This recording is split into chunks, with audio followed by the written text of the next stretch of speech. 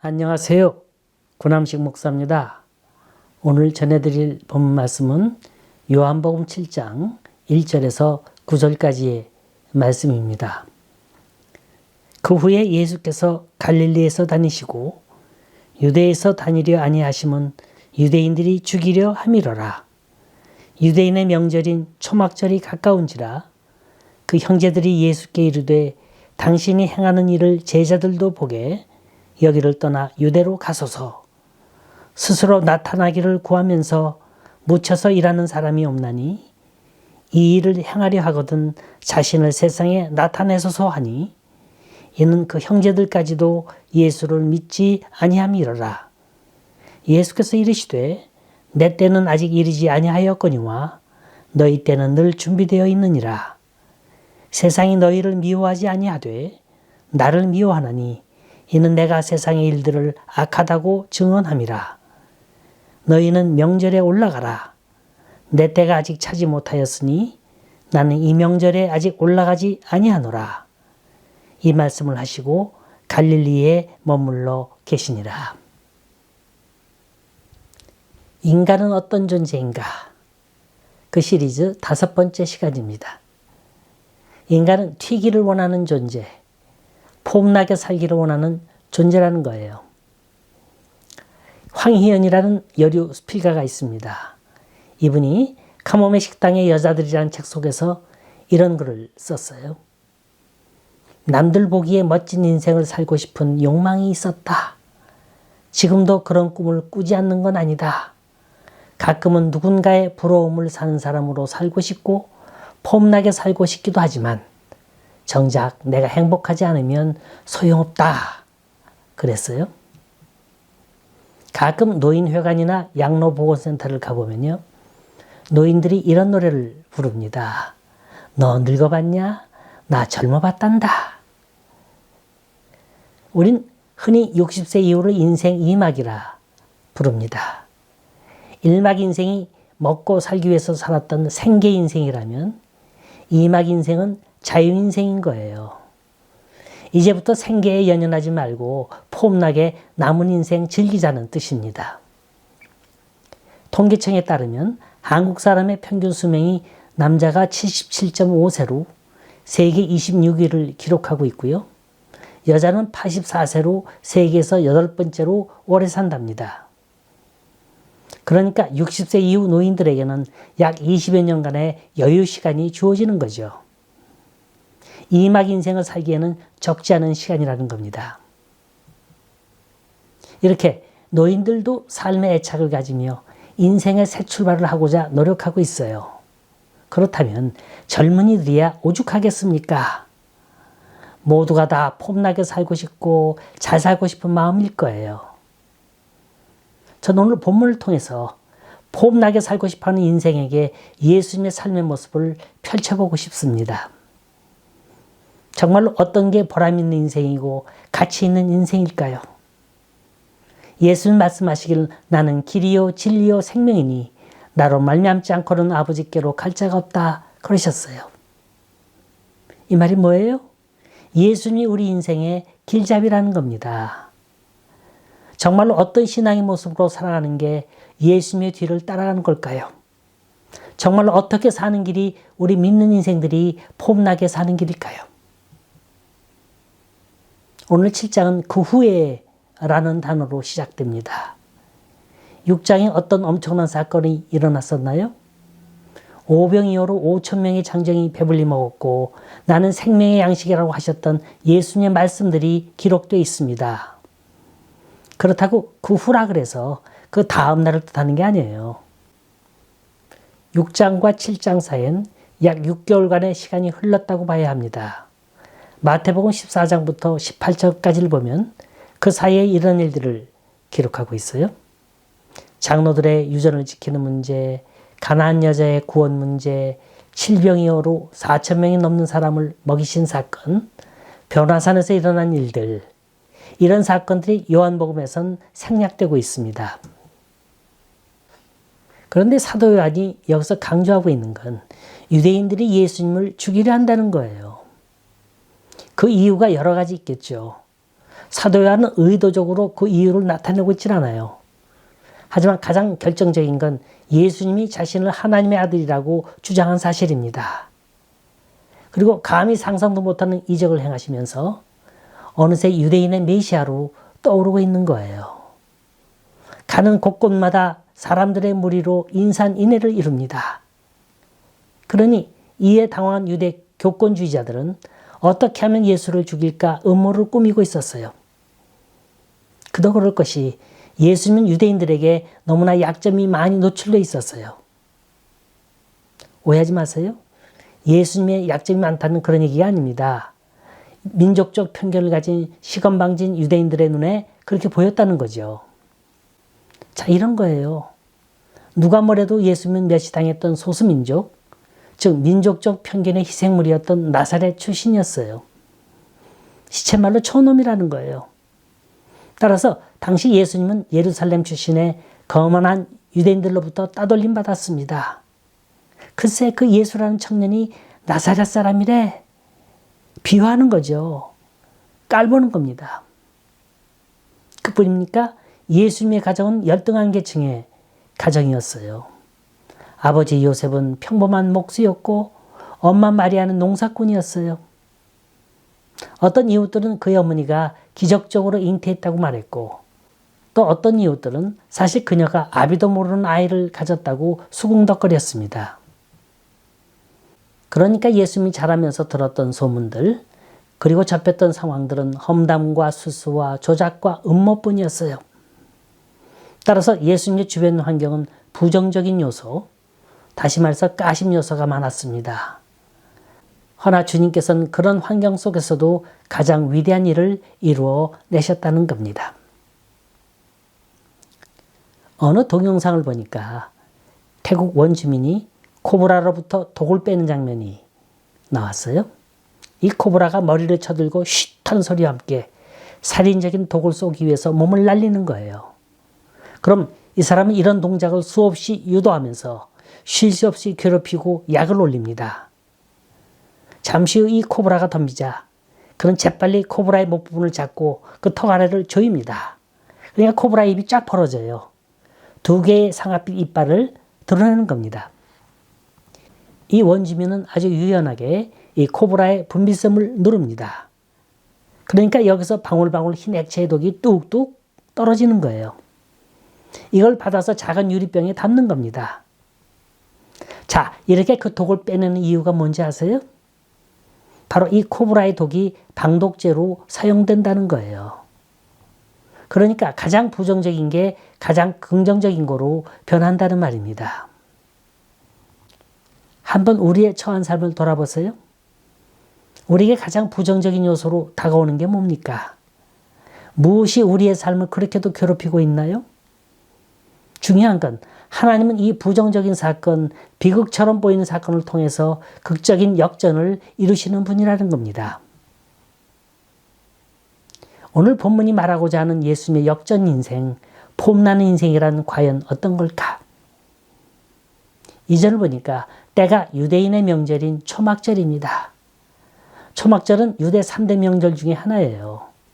이스라엘 광야 생활을 기념하는 절기죠. 여기서 초막절이라 밝히는 이유는 그만큼 예루살렘엔 사람들이 많이 모였다는 얘기입니다. 이렇게 초막절을 맞이하니까 예수님의 친형제들이 예수님께 한 가지 제안을 합니다. 그 제안이 본문 3절 4절이에요. 그 형제들이 예수께 이르되 당신이 행하는 일을 제자들도 보게 여기를 떠나 유대로 가소서. 스스로 나타나기를 구하면서 묻혀서 일하는 사람이 없나니 이 일을 행하려거든 자신을 세상에 나타내소서 하니. 지금 형제들의 시각은 뭡니까? 드디어 기회가 왔어요. 이제까지는 갈릴리와 같은 촌동네에 묻혀 지냈어요. 하지만 요즘같이 많은 사람들이 예루살렘에 모일 때 공식적으로 기적을 행하라는 거예요. 그럼 당대의 스타가 될 거라는 거예요. 그러니까 예수님께서 뭐라 답하십니까? 8절에 보니까 내 때가 아직 차지 못하였으니 나는 이 명절에 아직 올라가지 아니하노라. 그러면서 형제들의 제안을 거절하십니다. 만약에 이렇게 끝났다면 별 내용이 아니에요. 근데 우리가 주목할 건 예수님께서 올라가지 않으시겠다 하시고요. 올라가지 않으셨으면 전혀 문제가 되질 않습니다. 근데 결국엔 올라가셨다는 거예요. 10절을 보세요. 뭐라 기록되어 있는가? 그 형제들이 명절에 올라간 후에 자기도 올라가시되 나타내지 않고 은밀히 가시니라. 이상하지 않습니까? 예수님이 거짓말 하실 리가 만무고요. 여기에 나타내지 않고 은밀히 가셨다는 구절로 보아 예수님께서 무슨 속사정이 있으셨으리라 봅니다. 그게 뭘까요? 5절 보면 이는 그 형제들까지도 예수를 믿지 아니함이로라 그랬어요. 그 형제들이라는 게 누구예요? 요셉과 마리아 사이에서 난 형제들을 말합니다. 그러니까 예수님이 제일 큰 형이 되겠고요. 그 동생들을 말하는 거겠죠. 여기서 살펴봐야 될 게 두 가지가 있어요. 하나는 왜 예수님은 동생들에게 나는 안 올라가겠다고 하셨다가 나중에 예루살렘으로 올라가신 그 이유가 뭘까 하는 거고요. 또 하나는 예수님의 형제들이 예수님을 믿지 않았던 그 이유는 뭘까 하는 겁니다. 이 두 가지 질문을 통해서 과연 성경이 말하는 믿음이 뭘까요? 도대체 왜 예수님의 형제들이 예수를 믿지 않았다고 선포할까요? 6장에 보면 오병이어로 5,000명을 먹이시고 12광주리가 남는 기적을 행하신 기록이 나옵니다. 이게 어디 보통 사건인가요? 입과 입을 통해서 소문이 유대 땅에 퍼졌죠. 예수님의 형제들도 당연히 자기네 큰 형이 능력 있는 분이라는 걸 인정했습니다. 기적을 행하는 분이라는 것도 알았고요. 병을 고치시고 귀신도 쫓아내신다는 걸 믿었습니다. 그걸 뭘로 알 수 있느냐면 3절에 당신이 행하는 일을 제자들도 보게 여기를 떠나 유대로 가소서. 한마디로 갈릴리 총구석에 있지 말고 중앙에 나가 실력을 발휘해보라는 거예요. 어째서 숨어 있느냐는 거예요. 세상에 나가 이름을 내라는 거예요. 그런데 5절에 갑자기 이상한 얘기가 나옵니다. 이는 그 형제들까지도 예수를 믿지 아니함이로라. 도대체 그 형제가 믿고 믿는 믿음은 어떤 거길래 가장 가까운 곳에서 예수님을 지켜보고 있으면서도 믿지 못하는 게 또 뭐가 있을까? 여기에 대한 해답은 야고보서 2장 19절에 있습니다. 내가 하나님은 한 분이신 줄 믿느냐? 잘 아는도다. 귀신들도 믿고 떠드느니라. 자, 하나님께서 존재하신다는 걸 믿는 것, 하나님께서 능력이 있으신 분이라는 걸 믿는 것, 이건 귀신도 믿는다는 거예요. 다시 말해서 그 정도의 믿음은 참된 믿음이 아니라는 거예요. 적어도 성경이 말하는 믿음은 그것들과는 질적으로 전혀 다른 믿음이라는 겁니다. 여러분, 오늘날 기독교가 갖고 있는 가장 큰 모순 중 하나가 뭔지 아세요? 그건 기복신앙입니다. 예수 믿으면 복 받는다? 맞는 얘기죠. 그런데 사실은 우리는 복 받기 위해서 예수를 믿는 건 아니거든요. 또 열심히 신앙생활 하다 보니까 복이 찾아오는 거지 복을 찾아서 신앙생활 하는 게 아니라는 겁니다. 한번 우리가 좋아하는 성구 3가지만 예를 들어볼까요? 그 시작은 미약하지만 그 끝은 장대할 것이다. 욥기 8장 7절. 할 수 있거든이 무슨 말이냐? 믿는 사람들은 모든 걸 할 수 있다. 마가복음 9장 23절. 나에게 능력 주시는 분 안에서 나는 모든 걸 할 수 있다. 빌립보서 4장 13절. 이 세 구절은 1970년대 중반 이후 한국교회 성장 과정에서 가장 많이 쓰인 성경 구절이라 할 수 있습니다. 정말로 이 말씀 듣고 주저앉았던 사람들이 일어서서 재기의 의욕을 불태웠습니다. 교회는 이런 의욕에 무진장한 공급처였어요. 또 한국 사회의 발전을 보다 힘있게 지원하는 근거가 됐다는 사실 인정합니다. 그런데 일부 교회 목회자는 라이센스 가진 축복의 배급자인 양 허세를 떨고 있어요. 그러려면 쇼맨십을 잘해야 합니다. 예를 들어서 안수기도를 한답시고 대중들이 보는 앞에서 손을 앞으로 뻗어요. 그러면 그 앞에 서 있는 대상은 마치 장풍에 맞는 것처럼 뒤로 벌러덩 자빠집니다. 이걸 보는 사람도 놀람에 박수를 쳐요. 그래야 능력 있는 사람으로 인정받습니다. 꼭 이래야만 합니까? 예수님조차도 이렇게는 안 하셨어요. 우리 믿는 사람들은 너무나도 자극적인 걸 좋아해요. 뭔가 모든 사람이 보는 앞에서 벌떡 일어서고 벌떡 드러누워야 신앙의 카타르시스를 느낍니다. 그래야 믿는 것 같고 거기에 주님이 계신 것 같아요. 이게 바로 사도 요한이 강조하고 있는 표적이라는 겁니다. 너희는 그 표적을 나에게 기대하고 찾아왔다만 사람이 거듭나려면 물과 성령으로 나야 한다. 누가 누구에게 한 말이죠? 예수님이 니고데모에게 한 말이에요. 니고데모가 변할 수 있었던 건 바로 진리의 비밀을 깨달았던 겁니다. 그러면서 결론을 내리시죠? 바람이 임의로 불매 내가 그 소리를 들어도 어디서 오며 어디로 가는지 알지 못하나니 성령으로 난 사람은 다 이러하니라. 이게 요한복음 3장에서 이미 나왔던 얘기입니다. 여러분, 진리는 하나도 알지 못하면서 말씀의 기초가 하나도 없으면서 그저 남들이 기적을 체험했으니까 나도 체험할 수 있겠지, 이런 기복신앙 버리라는 거예요. 주님은 항상 준비된 사람에게 은혜를 주십니다. 끊임없이 구하는 믿음, 순수한 믿음, 이런 사람에게 어느 날 성령의 바람이 불어닥치는 거예요. 그 능력이 언제 어디서 오는지 모르지만 내 삶의 간절한 현장에서 주님을 만나니까 이게 기적으로 변하더라는 겁니다. 여러분, 하나님의 능력이라는 건 꼭 시각적으로 이루어지는 게 아닙니다.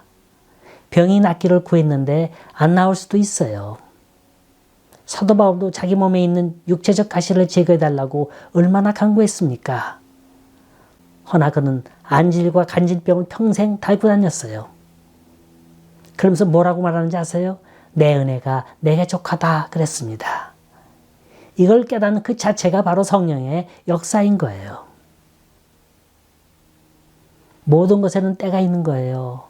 너무 조급해하지 마세요. 또 실망하지도 말고 포기하지도 마세요. 하나님의 응답은 세 가지입니다. Yes, No, 그리고 Wait입니다. 그 응답이 어떤 거냐가 중요한 게 아니에요. 우리가 하나님을 어떻게 이해하고 있느냐, 이게 더 중요한 겁니다. 그 어느 걸 주시던 하나님은 우리에게 가장 꼭 맞는, 가장 적절한 걸 주신다는 걸 믿으시기 바랍니다.